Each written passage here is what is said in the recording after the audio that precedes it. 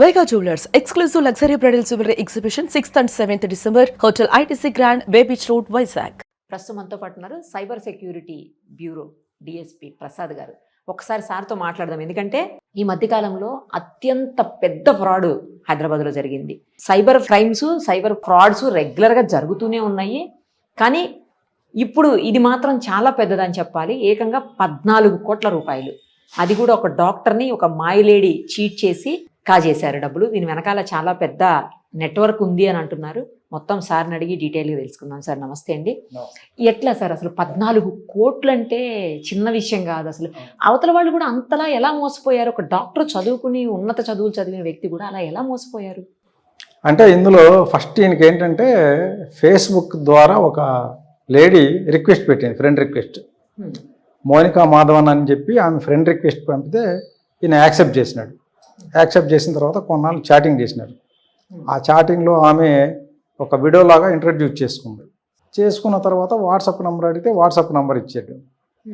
ఆమె WhatsApp number తీసుకున్నాక వాట్సాప్లో చాటింగ్ స్టార్ట్ చేసింది. ఇండియన్ నెంబర్స్ తోటే వాట్సాప్ చాటింగ్ స్టార్ట్ చేసి, నేను సిఎంసి మార్కెట్స్ అని చెప్పి ఒక ఇన్వెస్ట్మెంట్ కంపెనీ ఉంది, ఈ కంపెనీలో పనిచేస్తున్నాను. గతంలో నేను కూడా ఇందులో ఇన్వెస్ట్ చేస్తే చాలా ప్రాఫిట్స్ వచ్చినాయి, మీరు కూడా ఇందులో ఇన్వెస్ట్ చేస్తే కనుక బాగా ప్రాఫిట్స్ వస్తాయనేసరికి ఈయన ఏంటంటే వీడియో అనేసరికి కొంచెం వీళ్ళు కొంచెం మంచోళ్ళు ఉంటారులే పాపం, అబద్ధాలు చెప్పరు అనే ఒక సాఫ్ట్ కార్నర్కి వచ్చాడు. తర్వాత ఇన్వెస్ట్మెంటు డబ్బులు ఎక్కువ వస్తాయి, ప్రాఫిట్స్ అనేసరికి కొంచెం ఆశపడ్డాడు. దానివల్ల ఓకే అన్నాడు. ఓకే అన్న తర్వాత ఆమె ఒక లింక్ పంపించింది. ఆ లింక్ క్లిక్ చేస్తే సిఎంసి మార్కెట్స్ అనే వెబ్సైట్ ఒకటి వచ్చింది.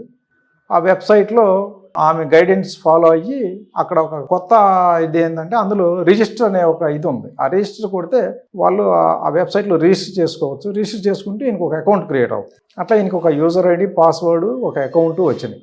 ఆ అకౌంట్ వచ్చిన తర్వాత ఆమె వెబ్సైట్ ఓపెన్ చేసినప్పుడు ఏంటంటే లెఫ్ట్ సైడ్ ఇన్వెస్ట్ అని, రైట్ సైడ్ బ్యాలెన్స్ అని 2 ఆప్షన్స్ ఉన్నాయి. ఆమె గైడ్ చేస్తూ ఉంది. ఇప్పుడు లెఫ్ట్ సైడ్ ఉన్న దీంట్లో మీరు క్లిక్ చేసి ఇన్వెస్ట్ అనే దీంట్లో కొంచెం పెట్టండి అంటే ఫస్ట్ ఒక 1 lakh ఇన్వెస్ట్ చేశాడు. తర్వాత ఇన్వెస్ట్ చేసిన తర్వాత ఒక 85,000 ఈయనకు ప్రాఫిట్ వచ్చినాయి. 185 అయింది. ప్రాఫిట్ మాత్రం విత్డ్రా చేసుకోవచ్చు అని చెప్పారు. అంటే ఈయన 85,000 విత్డ్రా చేసుకున్నాడు, ఈయన అకౌంట్లోకి వచ్చినాయి. ఆ అకౌంట్లోకి వచ్చిన తర్వాత ఈయన బాగా కాన్ఫిడెన్స్ వచ్చింది, ఇది మంచి ప్లాట్ఫాము, చాలా ఫాస్ట్గా ప్రాఫిట్స్ వస్తాయి, మనం విత్డ్రా చేసుకోవచ్చు అనే నమ్మకం వచ్చింది. ఆ నమ్మకం వచ్చిన తర్వాత ఆమె ఏం చెప్పిందంటే, దీంట్లో మీకు ప్రాఫిట్స్ పెద్ద లేవు, ఇది సింపుల్, ఇది మీకు ఏమీ 1,85,000 అంటే ఇది నథింగ్. ఇప్పుడు మా కంపెనీ ఐపీఓస్ని రిలీజ్ చేస్తుంది. ఆ ఐపీఓస్ తీసుకుంటే కనుక మీరు బల్క్లో తీసుకుంటే ఇప్పుడు 100 రూపీస్ ఉన్న షేర్ మీకు 50 రూపీస్కి ఇచ్చేస్తాం. 50% ఆఫర్లో బల్క్ తీసుకున్న వాళ్ళకి ఇస్తారు. ఇట్లా బల్క్ తీసుకుంటే కనుక మీకు నెక్స్ట్ డే డబుల్ అయిపోతాయి, ఇది మంచి ఆఫరు కాబట్టి ఇది ఆప్ట్ చేసుకోండి అంటే ఈయన ఒప్పుకున్నాడు. దానికి ఒప్పుకుంటే ఆమె కంపెనీ నుంచి ఫస్ట్ కొంత షేర్ మీకు ఐపీఓస్ ఎలాట్ అయిపోయినాయి అని చెప్పి దానికి డబ్బులు కట్టించేసింది. తర్వాత ఇంకొంచెం కట్టింది. అట్లా ఈయన కొంటూ పోతున్నాడు, వాళ్ళు అలాట్ చేస్తూ పోతున్నారు. అట్లా ఇది కొంటేనే మీరు అది విత్డ్రా చేసుకుంటారు అంటున్నారు. ఈ కంపెనీ అలాట్ చేసిన ఐపీఓస్ మీరు కంపల్సరీ తీసుకోవాల్సిందే, ఇది ఆటోమేటిక్ విఐపి స్టేటస్కి వెళ్ళిపోయారు మీరు, ఈ విఐపీలకు ఆటోమేటిక్ అలాట్ అవుతాయి, అది తీసుకోకపోతే మీరు పాత వచ్చిన అమౌంట్ని విత్డ్రా చేసుకోలేరు. ఎందుకంటే ఈయన పెట్టిన అమౌంట్ అంతా చాలా డబుల్ అయిపోయినట్టు చూపిస్తుంది. అట్లా 14 crores వరకు పెట్టినాడు. ఆ 14 crores బ్యాలెన్స్ 35 crores చూపిస్తుంది. ఇప్పుడు 35 అయిపోయింది కదా, డ్రా చేసుకుంటా అంటే దీనికి ట్యాక్స్లు కట్టాలన్నారు. ఇప్పుడు ఈ ఐపీఓఎస్ అలొకేషన్ అయిపోయింది, ఇది అయిపోయిన తర్వాత దీనికి 30% ట్యాక్స్లు కట్టాలన్నారు. 35 crores-కి 30% అనేసరికి దాదాపు 10 crores మళ్ళీ కట్టాల్సిన పరిస్థితి వచ్చింది. అంటే వాళ్ళు ఈయన పేయింగ్ కెపాసిటీని అసెస్ చేస్తుంటారు. ఎప్పుడు అడిగితే అప్పుడు అలా డబ్బులు పంపిస్తున్నాడు అంటే కనుక వాళ్ళకి ఈయన దగ్గర బాగా డబ్బులు ఉన్నాయి, ఇంకా ఎక్కువ పొందొచ్చు అనే దీంట్లో ఇప్పుడు 2 కోట్లు పెడితే కనుక వెంటనే 5 కోట్లు వేస్తారు, 5 కోట్లు పెడితే మళ్ళీ 10 కోట్లు. అట్లా ఈయన కెపాసిటీ బాగుందని చెప్పేసి 30%, లేకపోతే కెపాసిటీ లేదంటే కనుక 5% ట్యాక్స్ అంటారు. ఈయనకి 30% ట్యాక్స్లు కట్టమనేసరికి అప్పుడు ఇక ఈయనకి డౌట్ వచ్చింది, ఏంటిది మనం పెడుతూ పోతున్నాము, డ్రా చేసుకుంటానికి వచ్చేసరికి అది ఇది ఇట్లా రకరకాల వంకలు చెప్తున్నారు. వద్దనే కొద్దీ మనకి లోన్ వాళ్ళే ప్రొవోకేట్ చేసినారు, లోన్స్ తీసుకొని మరి కొనండి అని. ఎందుకంటే మీకు రావు, అవి విత్డ్రా కావు. అవి విత్డ్రా అవ్వాలంటే ఇది ఫైనల్ అలాట్మెంట్, ఇది తీసుకుంటే ఇక మీకు ఇక నో మోర్ అలాట్మెంట్స్, ఖచ్చితంగా మీరు విత్డ్రా చేసుకోవచ్చు అని చెప్పేసి ఇలా కాన్ఫిడెన్స్ కలిగించారనమాట. ఎన్నిసార్లు నేను విత్డ్రా చేసుకుంటానికి ట్రై చేస్తున్నా కూడా వీళ్ళు ఏదో ఒక వంక చెప్తున్నారు కానీ నా డబ్బులు అయితే విత్డ్రా కావట్లేదని అప్పుడు డౌట్ వేసి తెలిసిన వాళ్ళని కనుక్కుంటే ఇదంతా ఫ్రాడ్ అని తెలిసింది. అప్పుడు వచ్చి ఇక్కడ కంప్లైంట్ చేయడం జరిగింది.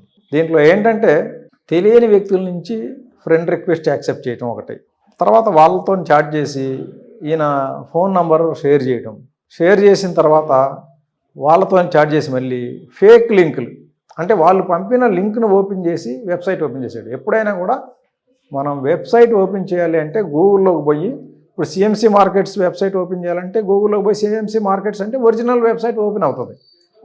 అదే వేరే వాళ్ళు పంపిన లింకులతో ఓపెన్ చేస్తే సేమ్ అదే ఒరిజినల్ వెబ్సైట్లా కనపడుతుంది, కానీ ఫేక్ వెబ్సైట్ ఓపెన్ అవుతుంది. ఈయనకి ఫేక్ వెబ్సైట్ ఓపెన్ అయింది, ఫేక్ వెబ్సైట్లో ఇన్వెస్ట్ చేశాడు, ఫేక్ వెబ్సైట్లో రిజిస్టర్ చేసుకున్నాడు. ఈ ఫేక్ వెబ్సైట్ మొత్తం కూడా సైబర్ ఫ్రాడ్స్టర్స్ బ్యాక్గ్రౌండ్లో ఉండి వాళ్ళు ఆపరేట్ చేస్తున్న వెబ్సైట్ ఇది. వాళ్ళు 14 కోట్లు ఇన్వెస్ట్ చేస్తే 35 crores చూపిస్తారు, 300 crores కూడా చూపించగలుగుతారు. ఇంతకుముందు ఒక ఆయనకి ఇట్లాగే 250 crores చూపించేశారు. ఎందుకంటే వెబ్సైట్ వాళ్ళ చేతిలో ఉంటుంది, ఫిగర్స్ ఏముంది వాళ్ళ ఇష్టం, ఎంతైనా చూపించవచ్చు. అవి నిజంగా ఇచ్చేవి కావు కదా. మన బ్యాంక్లోకి అమౌంట్ వస్తేనే మనం నమ్మాలి తప్ప ఇట్లా వెబ్సైట్లో ఉన్న ఫిగర్స్, యాప్స్లో ఉన్న ఫిగర్స్ నమ్మకూడదు. ఈయన ఇదంతా చూసి మొత్తం ఇదంతా నిజమైన ప్రాఫిట్స్ అని నమ్మేసి పెద్ద మొత్తంలో ఇన్వెస్ట్ చేసి మోసపోయాడు. ఇప్పుడు ఎలా సార్ అంత పెద్ద మొత్తాన్ని, అంటే ఏదో చిన్న మొత్తం అయితే ఏమన్నా రాబడడానికి అవకాశం ఉంది, ఎంత పెద్ద మొత్తాన్ని రికవరీ అనేది సాధ్యమవుతుందా సార్? అసలు వాళ్ళని పట్టుకోగలుగుతామా? సైబర్ క్రైమ్స్లో ఏంటంటే మనం 1930 కంప్లైంట్ చేసినట్లయితే వెంటనే మ్యాక్సిమం బెనిఫిషరీ అకౌంట్స్లో డబ్బులు ఫ్రీజ్ చేస్తారు. ఎక్కడికైతే పోయిందో ఫ్రాడ్స్టర్ అకౌంట్స్, ఆ అకౌంట్స్లో మనీ ఫ్రీజ్ చేయడం జరుగుతుంది. ఇప్పుడు దీంట్లో ఏంటంటే మనకు దాదాపు 2.5 crore పైన అమౌంట్ ఫ్రీజ్ చేయడం జరిగింది. ఆ ఫ్రీజ్ అయిన అకౌంట్స్లో ఫ్రీజ్ అయిన అమౌంట్ను మనం కోర్టు ఆర్డర్స్ ద్వారా రికవరీ చేసి ఈయనకి ఇప్పించడం జరుగుతుంది. మిగతా అమౌంట్ అనేది ఏంటంటే అది ట్రాక్ చేయడం కూడా కష్టం. ఇది ఏంటంటే మనకి బేసికల్గా చైనీస్, కంబోడియా, లావోస్, మయన్మార్ ఈ కంట్రీస్ నుంచి ఆర్గనైజ్ చేస్తున్న ఫ్రాడ్స్లో పార్ట్. వాళ్ళు ఒక అకౌంట్ నుంచి ఇంకొక అకౌంట్, ఇంకొక అకౌంట్ నుంచి ఇంకొక అకౌంట్, అట్లా 4-5 లేయర్స్ అకౌంట్స్ మార్చి ఫైనల్గా విత్డ్రా చేసి అక్కడి నుంచి క్రిప్టోలో వాళ్ళు వేరే కంట్రీస్కి దీన్ని డైవర్ట్ చేస్తుంటారు. ఓకే. కాబట్టి మన ఇండియా నుంచి ఎప్పుడైతే మనీ బయటకు వెళ్తుందో మనం రికవరీ చేయడం చాలా కష్టం. కాకపోతే ఈ అకౌంట్స్లో ఫ్రీజ్ అయిన అమౌంట్ మాత్రం మనం కోర్ట్ రిఫండ్ ఆర్డర్స్ ద్వారా వెనక్కి ఇప్పించవచ్చు. కానీ సార్ వన్స్ ఒక్కసారి వాళ్ళ దగ్గరికి వెళ్ళిపోయిన తర్వాత వాళ్ళు ఇమ్మీడియట్గా రకరకాల అకౌంట్స్లోకి పంపించేస్తారు కదా, దాన్ని అది ఎలా తెలుస్తుంది? మనకు తెలియదుగా. అదే ఇప్పుడు మనకి ఏంటంటే ఎన్సిఆర్పి పోర్టల్లో ఆల్ బ్యాంక్ నోడల్స్ ఉంటారు. ఒక క్రైమ్ రిపోర్ట్ అవ్వగానే ఆ క్రైమ్ బ్యాంక్ నోడల్స్ అందరికీ కనపడుతుంది. ఎవరు బ్యాంక్ నోడల్స్ ఉంటే వాళ్ళ కన్సర్న్డ్ అకౌంట్స్ అన్నీ కూడా వాళ్ళకి పాపప్స్ వస్తాయి. ఇప్పుడు ఫస్ట్ విక్టిమ్ అకౌంట్ ఎస్బీఐ ఉంది, ఎస్బీఐ నుంచి ఐసిఐసికి ట్రాన్స్ఫర్ చేశాడు, ఐసిఐసి వాళ్ళకి పాపప్ వెళ్తుంది. ఐసిఐసి వాళ్ళు చూసి అక్కడి నుంచి అక్కడ పోయింది లేదు, ఆ అకౌంట్లో ఎంత ఉంది, ఐసిఐసి అకౌంట్లో ఎంత ఉంటే అంత హోల్డ్ చేసి ట్రాన్స్ఫర్ అయిన అమౌంట్స్ ఎక్కడికి పోయినాయో చూసి ఆ బ్యాంక్స్కి అలర్ట్ చేస్తారు అనమాట. అట్లా ఇదంతా ఆటోమేటిక్ ప్రాసెస్, చాలా ఫాస్ట్గా జరుగుతుంది. లేకపోతే మనం కంప్లైంట్ చేసిన తర్వాత 20 రోజులు ఇదే నడుస్తూ ఉంటే ఫ్రీజ్ అయ్యే అమౌంట్స్ ఏముండవు. అందుకని చాలా క్విక్గా జరుగుతుంది. ప్రతి బ్యాంక్ నోడల్స్ కూడా ఈ ఎన్సిఆర్పి పోర్టల్కి ఒక టీం ఉంటుంది. ఆ టీం ఎప్పుడు కూడా ఎన్సిఆర్పి 24/7 ఎన్సిఆర్పి పోర్టల్ మీద వర్క్ చేస్తుంటారు. వాళ్ళ బ్యాంకుకి కన్సర్న్ ఏది వాళ్ళకి రిఫ్లెక్ట్ అయినా వెంటనే దాన్ని చూసి ఆ టికెట్ని క్లోజ్ చేసుకుంటారు అనమాట. అందువల్ల మనకి అమౌంట్స్ ఫ్రీజ్ అవడం అనేది జరుగుతుంది.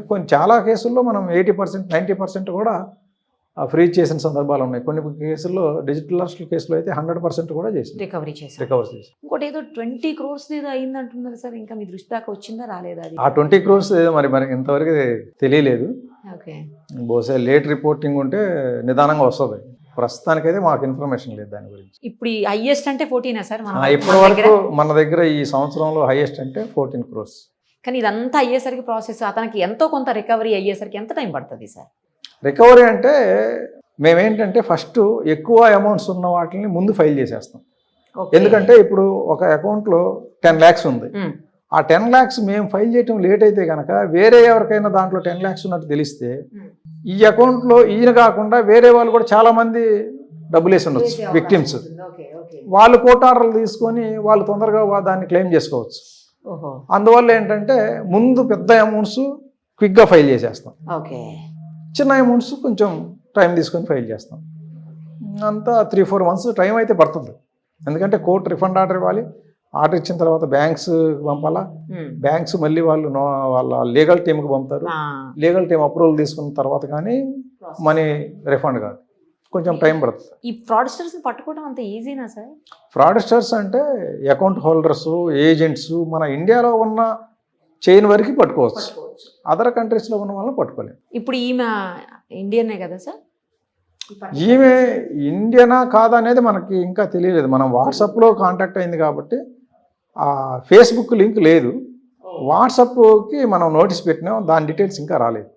ఆ వాట్సాప్ వాళ్ళు ఫర్నిష్ చేసే ఇన్ఫర్మేషన్ బట్టి తెలుస్తుంది ఆమె ఇండియాలో ఉందా. ఇండియన్ నంబర్ అయితే వాడుతుంది, ఆమె ఇండియాలో ఉందా లేదా అనేది మాత్రం ఇంకా మనకి కన్ఫామ్గా తెలియదు. అంటే ఇండియన్ నంబర్ని బట్టి మీరు ట్రేస్ చేస్తారు కదా సార్ యూజువల్గా? అంటే మామూలు నంబర్ కాదు, మామూలుగా కాల్ అయితే మనం చేయొచ్చు. ఇది వాట్సాప్ నంబర్ వాడుతుంది. వాట్సాప్ ఏంటంటే ఇంటర్నెట్ మీద పనిచేస్తుంది. అవును, వాట్సాప్ కూడా ఈ మధ్యలో వచ్చేసింది, వాట్సాప్ కూడా అని అంటున్నారు కదా సార్. వాట్సాప్ను కూడా ఇదివరకు ఇట్లా కాదు, ఇప్పుడు వాట్సాప్ను కూడా ట్రేస్ చేయొచ్చు అని అంటున్నారు. అంటే ప్రస్తుతానికి ఇంకా మనకి వాట్సాప్ కాల్ డేటా కానీ వాట్సాప్ లొకేషన్స్ రియల్ టైంలో అందించే ఇది ఇంకా రాలేదు. మనం అంటే ఫాస్ట్ అయింది, ఇంతకుముందు 15-20 days కానీ ఇచ్చేవాళ్ళు కాదు. ఓకే, ఇప్పుడు ఏంటంటే కొంచెం ఫాస్ట్ చేసినారు. ఇప్పుడు 2-3 days, 4 days, 5 days, 1 week లోపు ఇచ్చేస్తున్నారు, అట్లా ఫాస్ట్ చేసినారు. Let us see sir. Thank you so much.